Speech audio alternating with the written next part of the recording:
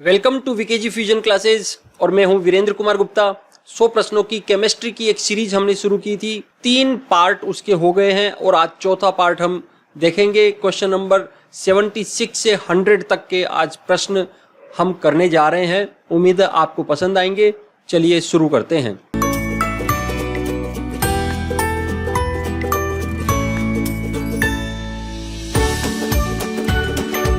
Question number 76, प्रथम विश्व युद्ध में निम्नलिखित में से किस एक रासायनिक आयुध के रूप में उपयोग किया गया था। यानी ये 4 ऑप्शन हमारे पास है, इनमें से रासायनिक हथियार के रूप में किसका उपयोग किया गया था प्रथम विश्व युद्ध में।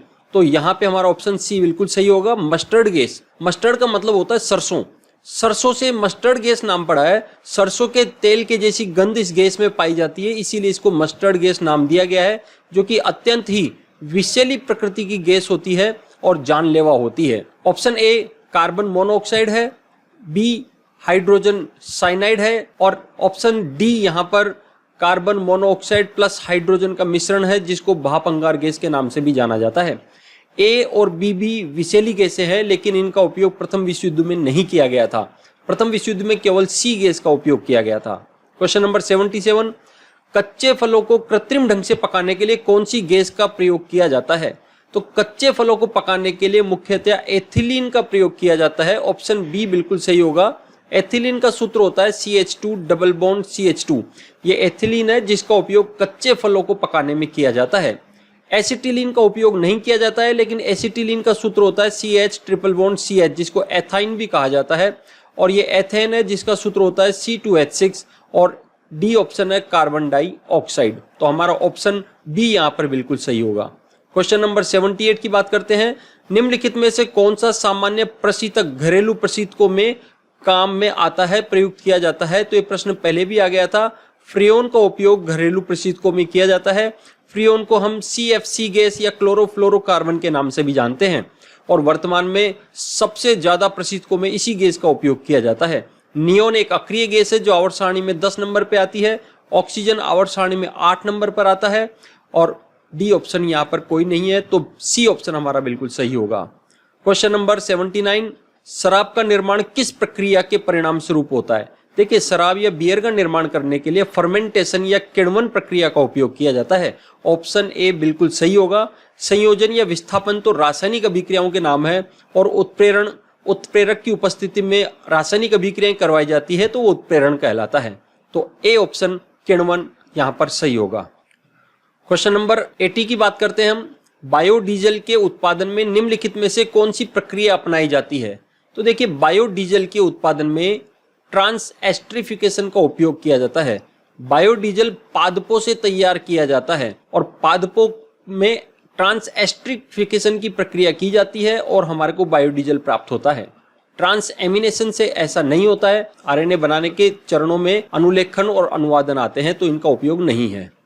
क्वेश्चन नंबर 81, निम्नलिखित कार्बनिक यौगिकों में से किसे आयरन यौगिक से उत्पाद दाग को निकाला जाता है। उत्पाद दाग मतलब रस्टिंग फ्री किया जाता है, रस्ट को हटाया जाता है और रस्ट को हटाने के लिए ऑक्सैलिक अम्ल का उपयोग किया जाता है। ऑक्सैलिक अम्ल का सूत्र होता है C2H2O4। इसमें बेसिकली 2 COOH समूह आपस में जुड़े रहते हैं, यानी द्विकार्बोक्सिलिक अम्ल ये होता है। वैसे देखा जाए तो थैलिक अम्ल भी द्विकार्बोक्सिलिक अम्ल है। थैलिक अम्ल में बेंजीन समूह होता है और बेंजीन के आमने सामने वाले कार्बन पर COOH समूह जुड़े रहते हैं, तो यह भी एक द्विकार्बनिक यौगिक है। बेंजोइक अम्ल में बेंजीन पर एक ही COOH समूह जुड़ा हुआ रहता है, जबकि जो सिनेमिक अम्ल होता है, सिनेमिक अम्ल में बेंजीन होता है और असंतृप्त कार्बोक्सिलिक अम्ल होता है। ये CH डबल बॉन्ड CH के साथ और फिर COOH समूह यहाँ पर जुड़ा रहता है, तो ये सिनेमिक अम्ल होता है। लेकिन यहाँ पर हमारा ऑप्शन ए ऑक्सैलिक अम्ल बिल्कुल सही होगा। क्वेश्चन नंबर 82 की बात करते हैं। लौह उत्प्रेरक की उपस्थिति में बेंजीन क्लोरीन गैस के साथ क्रिया करके क्या बनाता है। देखिए, लौह उत्प्रेरक की उपस्थिति में जब क्रिया करवाई जाती है बेंजीन की, तो ये बेंजीन है C6H6 इसका सूत्र होता है। क्लोरीन के साथ अभिक्रिया करता है लोहे की उपस्थिति में, Fe की उपस्थिति में, तो ये हमारे को मुख्यतया देता है क्लोरोबेंजीन, जिसमें बेंजीन पर एक क्लोरीन जुड़ जाता है और HCl बाई प्रोडक्ट के रूप में बाहर निकल जाता है। तो क्लोरोबेंजीन यहाँ पर मुख्य रूप से हमारे को प्राप्त होता है। तो क्लोरोबेंजीन ऑप्शन सी यहाँ पर बिल्कुल सही होगा। बेंजीन हेक्साक्लोराइड, बेंजीन हेक्साक्लोराइड को C6H6Cl6 भी कहते हैं, यानी 666 भी इसको कहा जाता है, लिंडेन भी इसको कहते हैं और कीटनाशक के रूप में इसका उपयोग किया जाता है। बेंजील क्लोराइड में बेंजीन और फिर उसके ऊपर CH2 पर Cl लगा रहता है, ये बेंजील क्लोराइड कहलाता है। और बेंजोइल क्लोराइड एक प्रकार का कीटोन होता है जिसमें बेंजीन पर CO समूह और फिर उस पर Cl लगा रहता है, ये बेंजोइल क्लोराइड होता है। लेकिन कुल मिलाकर ऑप्शन हमारा सी क्लोरोबेंजीन यहाँ पर बिल्कुल सही होगा। क्वेश्चन नंबर 83 की बात करते हैं। 83 में है कि कौन सा पदार्थ खाने की वस्तुओं के परिरक्षण में प्रयुक्त होता है। तो खाने की वस्तुओं के परिरक्षण में सामान्यतः हम सोडियम बेंजोएट का उपयोग करते हैं। सोडियम बेंजोएट फिनोल से बनता है, फिनोल का सोडियम लवण ही सोडियम बेंजोएट कहलाता है, जिसका उपयोग खाद्य वस्तुओं के परिरक्षण या सुरक्षित करने में किया जाता है। ऑप्शन ए में साइट्रिक एसिड है। साइट्रिक एसिड खट्टे पदार्थों में, खट्टे फलों में मुख्यतः पाया जाता है और पोटेशियम क्लोराइड और सोडियम क्लोराइड ये लवण होते हैं। तो ऑप्शन सी यहाँ पर बिल्कुल सही होगा, सोडियम बेंजोएट। क्वेश्चन नंबर 84 है, बुलेट प्रूफ सामग्री बनाने में निम्नलिखित में से कौन सा बहुलक प्रयुक्त होता है। तो बुलेट प्रूफ सामग्री बनाने में हमारे लिए ऑप्शन है पॉलीविनाइल क्लोराइड, ए ऑप्शन जो कि सही नहीं है, पॉलीकार्बोनेट, यह भी सही नहीं है। ऑप्शन सी है पॉलीएथिलीन। जी हाँ, पॉलीएथिलीन का उपयोग बुलेट प्रूफ सामग्री बनाने में मुख्यतः किया जाता है। पॉलीएमाइड का भी उपयोग नहीं करते हैं, लेकिन आजकल पॉलीएथिलीन का उपयोग भी बहुत कम हो गया है और आजकल एक नया पदार्थ केवलर, इस केवलर का उपयोग बुलेट प्रूफ सामग्री बनाने में किया जाता है, जो कि आजकल बहुत ही फेमस हो गया है, बहुत ही हल्का होता है, बहुत ही कठोर और मजबूत होता है। क्वेश्चन नंबर 85, रेयन के निर्माण में कौन सा मुख्य कच्चा माल प्रयोग में किया जाता है। तो रेयन निर्माण में मुख्यतः सेलुलोज का उपयोग किया जाता है। ऑप्शन बी बिल्कुल सही होगा। सेलुलोज पौधों से प्राप्त होता है, पौधा पूरा का पूरा ही सेलुलोज से ही बना होता है। नायलॉन तो एक कृत्रिम धागा है ऑलरेडी, सिलिकॉन ऐसा ही होता है, रेडियम और ऑर्गन अक्रिय गैस से होती है। क्वेश्चन नंबर है 86, एमाइडो को किस अभिक्रिया द्वारा एमीन में बदला जाता है। यानी एमाइड को बदलना है एमीन में। तो जैसे हम एक उदाहरण ले लें, यहाँ पर बेंजामाइड, बेंजीन पर CONH2 समूह जुड़ा रहता है, ये बेंजामाइड है। इसको हमारे को चेंज करना है और हमारे को बनाना है बेंजामीन, यानी बेंजीन पर NH2 समूह जुड़ा हुआ हो। तो इससे कुल मिलाकर क्या है, यहाँ से CO समूह को हटाया जाता है और CO समूह को हटा करके और एमीन प्राप्त किया जाता है। तो यह प्रक्रिया सबसे पहले हाफमैन ने दी थी, तो उसी के नाम से इसे हाफमैन अभिक्रिया कहा जाता है। तो ऑप्शन सी यहाँ पर सही होगा। क्वेश्चन नंबर 87 की बात करें, रदरफोर्ड के प्रकीर्णन परीक्षण में किसकी मौजूदगी को सिद्ध किया गया।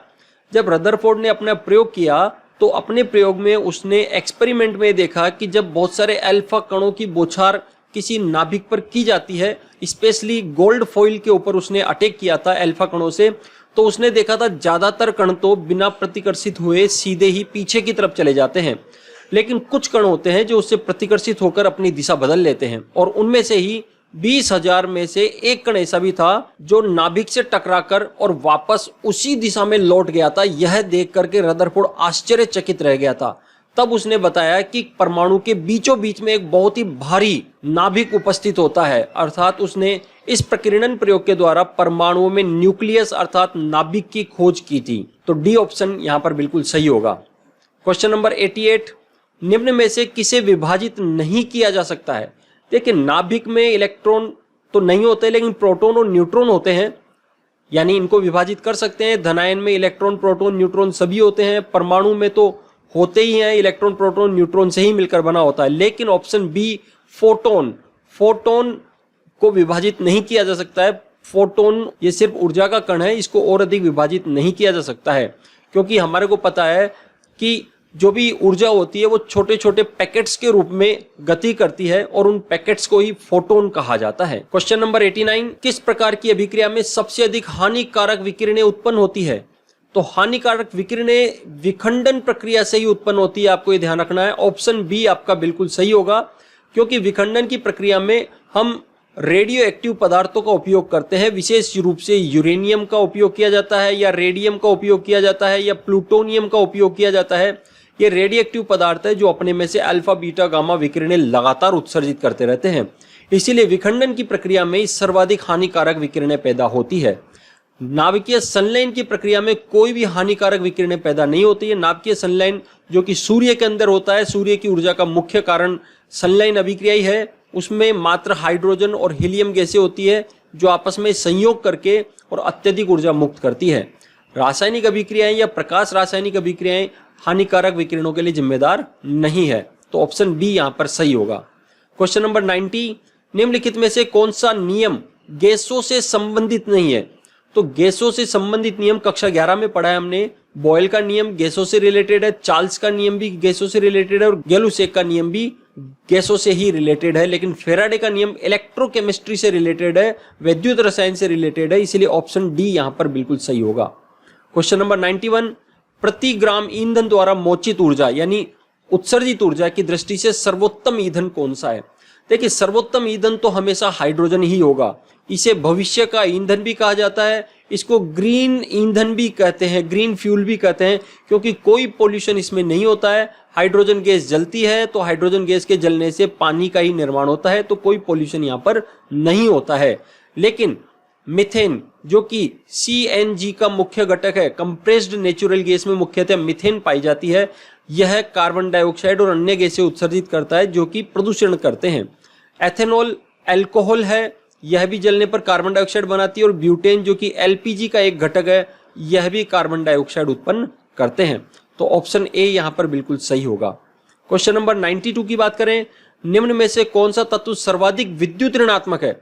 देखिए, विद्युत ऋणात्मकता के बारे में सबसे पहले बताया था पॉलिंग ने, और पॉलिंग ने अपना एक पैमाना भी दिया, स्केल दिया, जिसमें फ्लोरीन की विद्युत ऋणात्मकता स्वेच्छा से उसने सर्वाधिक 4 मानी थी, और उसके आधार पर फिर अन्य तत्वों की विद्युत ऋणात्मकताओं के मान उसने दिए थे। तो सर्वाधिक विद्युत ऋणी तत्व पूरी आवर्त सारणी में फ्लोरीन होता है, जिसकी विद्युत ऋणात्मकता सर्वाधिक 4 होती है। क्लोरीन की विद्युत ऋणात्मकता 3 होती है, जबकि ऑक्सीजन की विद्युत ऋणात्मकता 3.5 होती है। सोडियम की विद्युत ऋणात्मकता लगभग 1 होती है। क्वेश्चन नंबर 93, तीसरे चौथे समूह के ऑक्साइड सामान्य गुणधर्म क्या है? देखिए, पहला और दूसरा समूह के जो धातु होते हैं वो क्षारीय प्रकृति के होते हैं, और उनके ऑक्साइड भी क्षारीय प्रकृति के होते हैं। तीसरे और चौथे समूह जो कि पी ब्लॉक में आ जाता है, यहाँ पर यह उभयधर्मी प्रकृति के होते हैं, और इनके ऑक्साइड भी उभयधर्मी प्रकृति के होते हैं। उभयधर्मी प्रकृति का मतलब है ये अम्ल के साथ क्षार की तरह और क्षार के साथ अम्ल के समान व्यवहार करते हैं। जबकि 5 से लेकर के और 8 तक के वर्ग जितने भी है वो सारे के सारे इनके ऑक्साइड अम्लीय प्रकृति के होते हैं। तो इस तरह से तीसरे और चौथे समूह की हम बात करें तो उसमें जो भी ऑक्साइड है वो उभयधर्मी प्रकृति के होते हैं, अर्थात सी ऑप्शन यहाँ पर सही होगा। बेसिक और एसिडिक दोनों ही होते हैं, अम्लों के साथ बेसिक की तरह व्यवहार करते हैं और बेस के साथ अम्लों की तरह व्यवहार करते हैं। क्वेश्चन नंबर 94, निम्नलिखित में से कौन किसी वात्या भट्टी में धातुमल के रूप में प्राप्त किया जाता है? देखिए, वात्या भट्टी में धातुमल के रूप में हम मुख्यतः कैल्शियम सिलिकेट को प्राप्त करते हैं, क्योंकि जब इसमें अम्लीय अशुद्धि होती है तो इसमें क्षारीय गालक मिलाया जाता है और क्षारीय अशुद्धि होने पर अम्लीय गालक मिलाया जाता है। तो यहां पर हमारे को कैल्शियम सिलिकेट, इन चारों ऑप्शन में से कैल्शियम सिलिकेट एक ऑप्शन है जो CaSiO3 होता है, यह धातुमल के रूप में प्राप्त होता है, अशुद्धि के रूप में प्राप्त हो जाता है। बाकी कैल्शियम क्लोराइड, कैल्शियम कार्बोनेट और कैल्शियम सल्फेट ये अशुद्धि के रूप में प्राप्त नहीं होते हैं। इनके सूत्र भी आपको एक बार देख लेने चाहिए। कैल्शियम कार्बोनेट होता है CaCO3, जिसको चूना भी कहा जाता है। कैल्शियम क्लोराइड होता है CaCl2 और कैल्शियम सल्फेट होता है CaSO4, जो कि जिप्सम का एक भाग होता है। क्वेश्चन नंबर 95 की बात करते हैं। पृथ्वी के गर्भ में दूसरा सबसे ज्यादा पाए जाने वाला धातु कौन सा है? देखो, पृथ्वी पर सर्वाधिक मात्रा में पाए जाने वाला धातु एल्यूमिनियम होता है, जो लगभग 8% या इससे ज्यादा होता है। और दूसरे नंबर पर सर्वाधिक मात्रा में पाए जाने वाला धातु होता है आयरन, लोहा।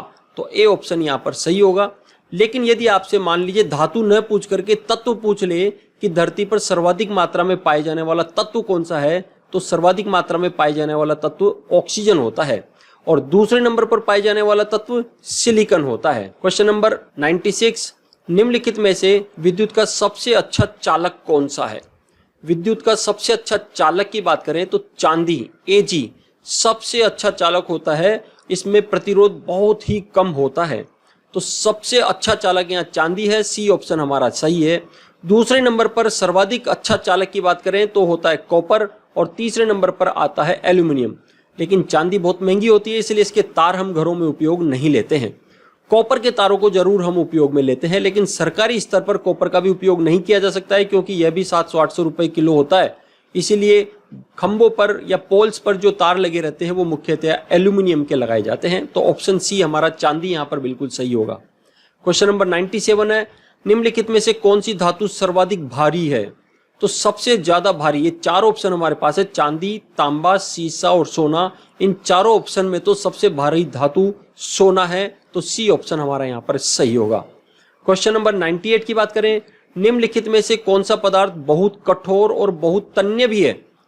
तो यहां पर जो चार ऑप्शन दिए गए हैं उनमें कठोर और तन्य दोनों ही गुण होने चाहिए, तो वो टंगस्टन है।